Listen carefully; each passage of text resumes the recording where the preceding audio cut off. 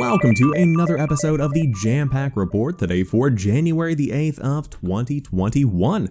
Of course, my name is Samuel Adams, and today we're talking more about what Xbox has in store for InXile, because of course the studio is working on a next-gen RPG, but now we know, thanks to a couple of new job listings, it could be a first-person shooter. The developer has previously said that its next game after strategy sequel Wasteland 3, its first created entirely as a first-party Xbox studio, will be a next-gen RPG powered by Unreal Engine 5. As reported by PC Gamer, a new job listing for a senior gameplay designer role suggests that the unannounced game will feature powerful tactile first-person weapons and unique combat abilities. The job ad calls for someone who can understand the moment-to-moment gameplay loops of first-person shooters and RPGs. Another job ad for a lead gameplay engineer mentions the new hire will work on the studio's next-generation action role-playing game with first-person shooter gameplay features. InXile Entertainment is one of several Xbox studios currently working on RPG projects, including the Outer Worlds studio Obsidian and Fable developer Playground Games. Speaking on a new Xbox podcast last week, Phil Spencer went into the importance of RPGs in the Xbox strategy going forward, and of course we have talked about that on previous episodes of the show. This is something that appears to be a new move for InXile, and it's very exciting to see. I'm looking forward to the team that is traditionally a strategy kind of company push themselves to make something new and something innovative that their team has never really done before. I think that their experience with strategy can really bring a lot to an RPG, specifically an FPS RPG, because of the immersive nature of that kind of game. I will say though, in regards to how many RPGs Xbox is putting out, I feel like they're running the risk of replicating what PlayStation has done with their first-party lineup, which, don't get me wrong, is phenomenal. But God of War, Horizon Zero Dawn, The Last of Us, Uncharted, although these games differ in so many ways, they're all this kind of narrative-driven third-person action game. That's basically what Sony specializes in, and they do a fantastic job of getting people in the door, and they are wonderful experiences. I love what PlayStation has done, and they've built up this reputation for having very strong narrative-driven titles. I think Xbox is going to become the studio that's known for strong, driven RPGs. I think that's probably what it's going to come down to. So I'm looking forward to seeing if that prediction does come true, but it looks like InXile is going to be part of it.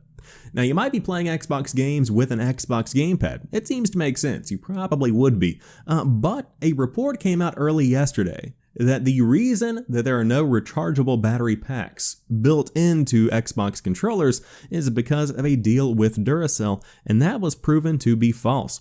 The story was sparked by Duracell UK's marketing manager Luke Anderson, who said the following during an interview with Gfinity blog Stealth Optional.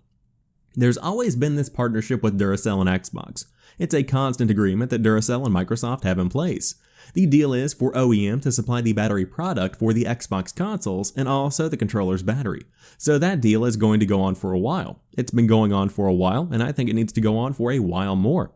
It is true that Xbox does use Duracell batteries in its controllers, and that the two brands have appeared together in Duracell marketing materials, but reports today suggested Microsoft's hand was being forced into requiring its controllers to be using batteries instead of built-in rechargeable packs simply because of this partnership. That is not the case. In a Digital Foundry interview last year with Microsoft veteran Jason Ronald, partner director of program management at Xbox, the company discussed its decision to once again use AA batteries in its Xbox Series X and S controller, while its competitors use rechargeable battery packs as a standard. What it comes down to is when actually talking to gamers, it's kind of polarizing, and there is a strong camp that really wants AA's, Ronald said. So just giving flexibility is the way to please both sets of people. You can use a rechargeable battery pack, and it works just like it does on the Elite, but it is a separate thing. Simply put, there is still a large chunk of Xbox owners out there who prefer to use batteries, and it is this thinking which drove Microsoft's decision. Batteries, while short-lived, can also be more easily replaced than an internal power cell, which will fade over time and die. Today, Microsoft issued a statement saying similar, that its decision to use batteries was about customer choice. Quote, "We intentionally offer consumers choice in their battery solutions for our standard Xbox wireless controllers," a Microsoft spokesperson told Eurogamer. This includes the use of AA batteries from any brand, the Xbox rechargeable battery, charging solutions from our partners, or a USB-C cable, which can power the controller when plugged into the console or PC. Note the mention of any brand there. Despite its ever-energetic bunny mascot, hopefully this Duracell report has run its course. The ever-energetic bunny mascot is Energizer. Ho-ho. Knowledge for the battery market there. Got you. But this is something that I still can't believe, because I didn't realize there were people out there that enjoyed buying overpriced battery cells to put in an Xbox controller. I hate buying batteries. I loathe it. The first thing I bought whenever I got the new Xbox Series X is a new set of batteries, rechargeable batteries for my controller, because I don't want to spend $12 to $20 on packs of batteries over the next 8 years. That sounds horrendous. Now, of course, I do understand the issue of replacing cells, of controllers dying and not charging over time. I've had a couple of controllers do that for me in the PlayStation family before with the DualShock 3 specifically. But when it comes down to it, it just feels very strange. And this does make sense. You certainly don't want to quash a multi-million-dollar partnership with a battery company.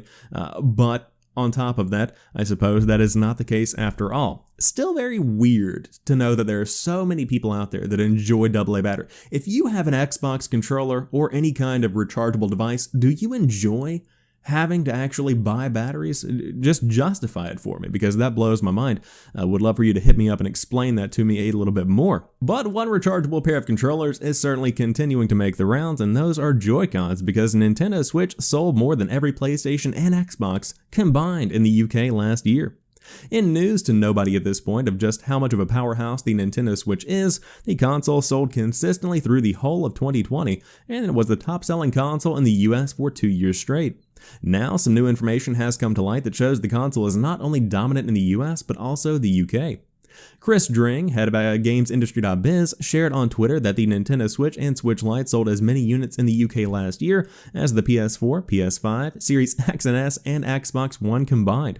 While it is a little surprised that the Switch outsold any of these consoles on their own, the fact that it outsold all of them combined is an astonishing achievement. It goes without saying that both the PS5 and Series X and S sold less due to their late 2020 launches, and the myriad of stock issues and scalper issues they faced certainly put a damper on the party. One scalping group, Crep Chief Notify, reportedly secured over 3,500 PS5 consoles and 1,000 Series X consoles within the first couple of days of launch, which led to scalpers making $29 million in less than a month. Part of the Switch's fortune can be attributed to the release of a cultural phenomenon, Animal Crossing New Horizons, and of course they continue to do well with all their new games coming out. But congrats to Nintendo for continuing to dominate. But that headline is one that I just had to share. Nintendo Switch sold more than every other console from PlayStation and Xbox combined in the UK in 2020.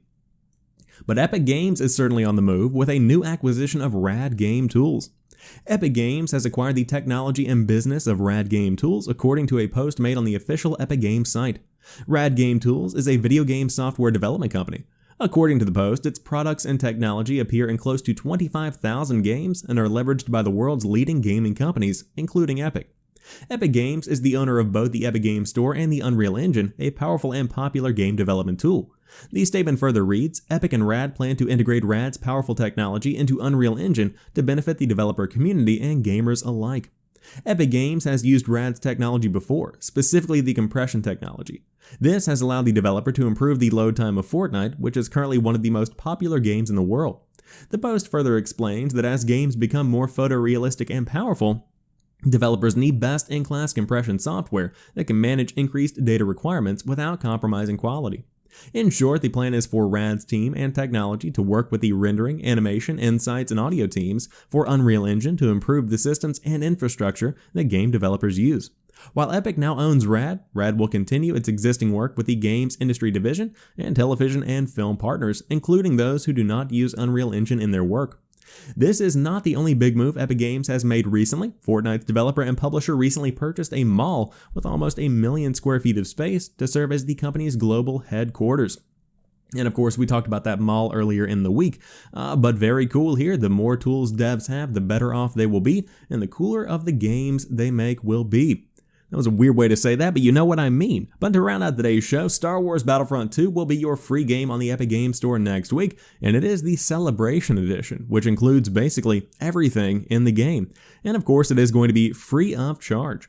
This edition of the game contains the complete collection of customization content acquirable through in-game purchases from launch up to and including items inspired by The Rise of Skywalker. In other words, you will get more than 2 years worth of free content updates along with the complete collection of customization content. This week, the free game is RPG strategy roguelike Crying Suns. In it, you play as a space fleet commander. No one cares about that other one. If you want to dive into Star Wars Battlefront 2 Celebration Edition, you can dive in next week for free on the Epic Games Store. And if you haven't played it, it is fantastic. It really is a beautiful looking recreation, a rebirth, if you will, of Star Wars Battlefront. It really does bring back those memories that I had of playing Battlefront way back in the day. And while it did have a very rocky start with microtransactions, they remedied that over the years, and it certainly is where it needs to be now. I love Star Wars Battlefront 2. Very good game. But dive in if you do want, and again, why not? Because it's free if you have a PC on the Epic Games Store starting next week. But until tomorrow, you guys have a fantastic rest of your day. I'll talk to you soon, and peace.